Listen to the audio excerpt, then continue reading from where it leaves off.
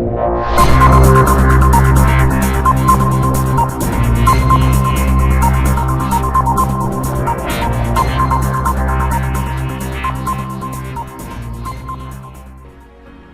guest today is a perfect example of a brother's keeper. He started preaching 15 years ago. Praise the Lord, everybody. He has written over 5 books.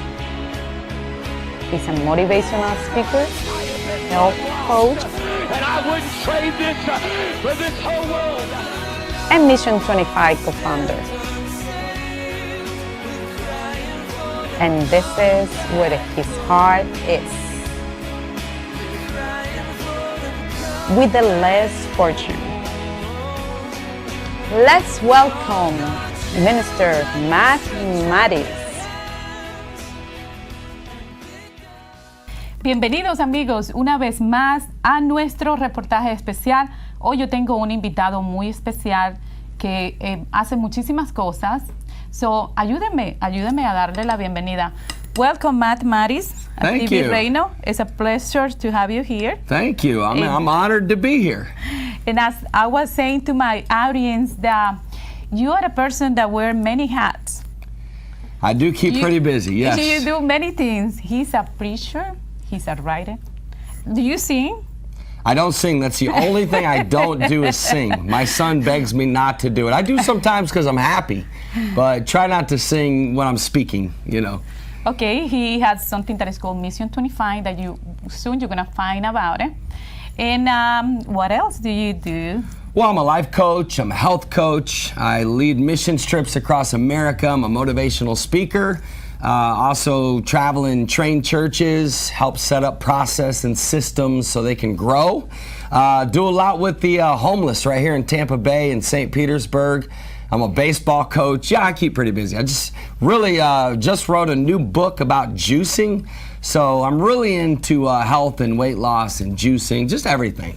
Wow, it's amazing. So I thought only women can be multitask. Well, women are better at it, let's say. But now I find out that men can do it too. Yeah. So that's a point for you guys. Absolutely. Maddix, can you educate us a little bit about the taking care of the temple, which is the body? Yeah, absolutely. I'm very passionate about it because think about it. God has given us a short time on earth, and God has given every one of us a purpose and a mission, and we only get one body. And at the end of the day, we need energy to do what we need to do and live the life that we need to live. Take care of our families, do a work for God, and really live life abundantly. It takes energy. So I've learned if you take care of the body, you feel better, you sleep better, you have more energy, and get more done. So it's very important. Yeah, talk about your books and what it's all about. When you say taking care of your body, is it working out or the juicing part? Or? It's all of it, actually. I do believe in exercise. It's vitally important to our health. And when I do weight loss coaching with people, sometimes that weigh 300, 350 pounds, help people lose up to 100 pounds the healthy way. And so, yeah, so really motivate them to exercise every day. I believe if every one of you watching this would start with a 20-minute walk or a jog or a swim. We live in Florida, it's always beautiful. A bike ride, just moving the body. You know, you'll feel better. You'll feel more spiritual. You'll feel more alive. You'll feel better within yourself. You know, even like you could do not only walking or running or biking, but when you eat right. So I do a lot of juicing, and I just wrote a book. You asked about my book called Just Juice It. I first started 2 years ago with a book called The Healing Power of Juicing, showing people that they could heal their bodies by juicing the right amounts of fruits and vegetables. And then just released a new book last week called Just Juice It, which has over 50 recipes and a lot of motivation. You could be against juicing. You could hate it. You could think it's disgusting. And if you read this book, you would be on fire, wanting to juice every day of your life. Yeah, No, actually, I'm not against. I love. no, I'm not saying you. Yeah, absolutely. I'm not saying her. She's against juicing, but No. somebody watching could be. At first when you hear of juicing, they're like, "Oh, that's nasty. I can't do that. It takes too much time." All of these are myths that we have about juicing, but in actuality, almost everybody that I've ever gotten turned on to juicing loves it and feels better, lose weight, and beats diseases and sicknesses as well. Yes, and I'm kind of happy a little bit because you guys, American, getting a little influence for the Hispanic people. Yeah, well. Because that for us is something really normal. I mean, the juice is part of our culture. Absolutely. Well, Americans, God bless, I love my country, but we do need help when it comes to health. Last year, 108 million Americans tried dieting 4 or 5 times because we've been hooked. That's why diet pills is a multi-billion-dollar industry, because we're hooked on the quick fix. But if we can learn the power of juicing, and I'm not talking about like orange juice out of the store, I'm not talking about like, V8 juice. I'm talking about like taking fruits and vegetables, putting them through a juicer or a NutriBullet and putting it in your body. So it's good to hear that we're finally catching up to you guys. Okay, I'm pretty sure somebody is watching right now that I say, I feel weak. I don't feel, strong in the morning, whatever, how I start my day. And do you have anything special like that they can make it to make them feel Absolutely. better? It all starts with a positive attitude, no matter what. It's all about energy. So negative thoughts produce negative energy. And when you have a positive attitude and you learn how to speak life, the Bible says death and life is in the power of the tongue. I've learned and help people, most people that I deal with that are obese, they have 14 to 20 different diseases and sicknesses. They don't feel good. They don't feel confident. They're sluggish. They're tired. But the first thing I help fix, motivate is the mind. Show them how to think positive, how to get into gratitude and speaking life, speaking, positive affirmations. And then, yeah, absolutely. You could be weak right now. You could be tired. You might even be struggling with some diseases. And if you would start and heal your emotions, it all starts in the emotions and the heart. You can have the most perfect body. And if you're emotionally unhealthy, that's why we need to overcome bitterness and negative thinking and doubt and fear.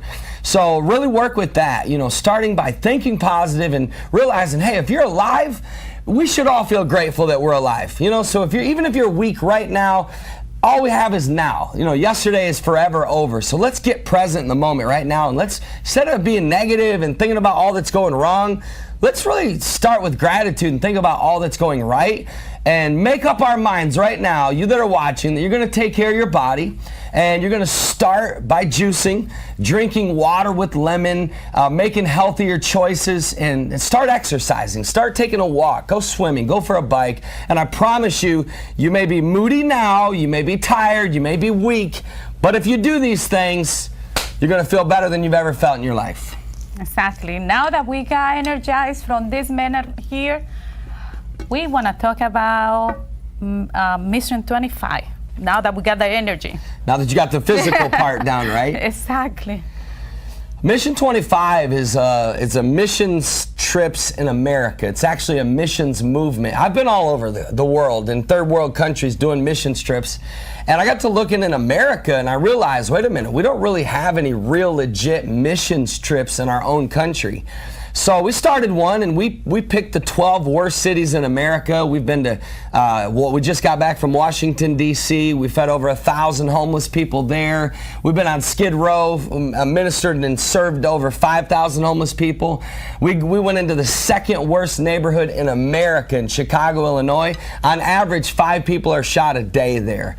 Wow. And we just go in there and serve. We rented an ice cream truck, and we gave ice cream to all the inner city kids. Remember, pure religion, think about it. Pure religion, God said, is to visit the fatherless and the widows. What's forgotten in America, it appears, is the children. They're growing up without fathers, And that's one of our primary focuses. Really, Mission 25 is a weekend missions trip. You can go to our website, mission25usa.com, And it's free. We don't charge people to attend our missions trips at all. Sometimes if you go on a missions trip overseas, it's very costly, but you can do one right here in America. In fact, we got one coming up in Tampa, January 9th. So come join with us. It's free. We have a lot of fun, a lot of energy. I speak on Friday night, and then we start putting together 500 to 1,000 what we call bags of blessing that we give to the homeless.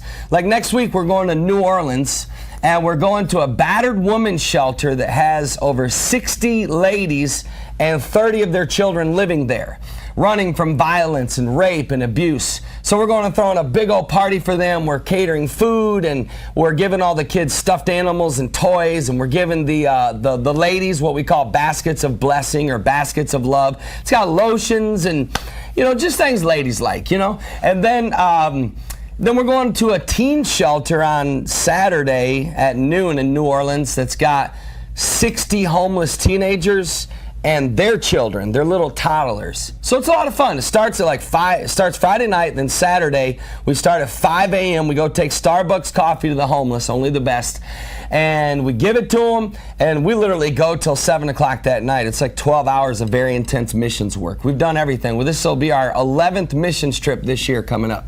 Then we end in New York City on December 5th, so that's going to be a lot of fun. We definitely need a lot of prayer, so please pray for Mission 25.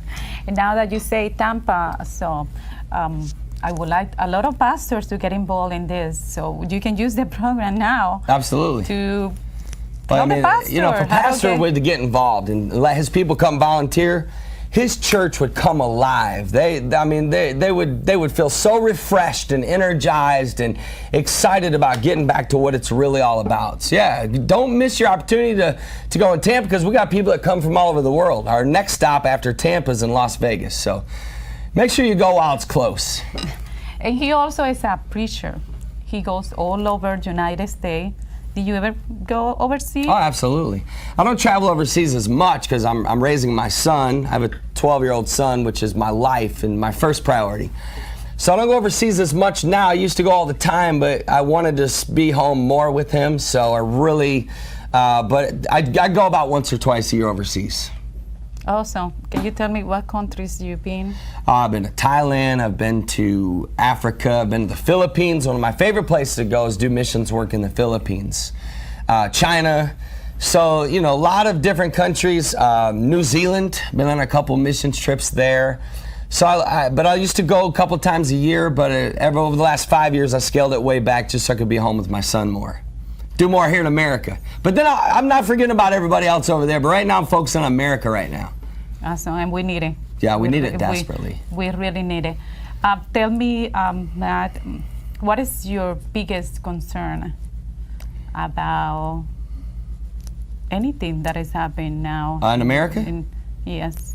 Probably my biggest concern is actually the amount of poverty that's here in our country and how cold, which is what happened in Fort Lauderdale. A 90-year-old man that's just innocent, out feeding the homeless. Like we've kind of forgotten in our country that it's really all about serving and helping people that are less fortunate than we are. Mm-hmm. And I think I would have two concerns. One would be the amount of poverty that's right here in our country, the amount of teenagers, the fatherless kids, even children with cancer, the amount of disease. We do a lot with children with cancer. There's 953 children in Tampa that are dying of cancer right here in our own city, 953.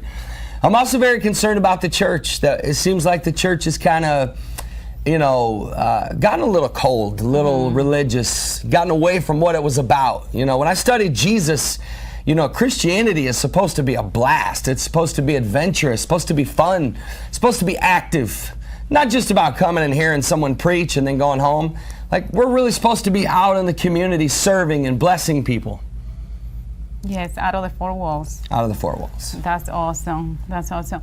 Matt, what is your biggest, let's say somebody hurt you or got hurt in church or something.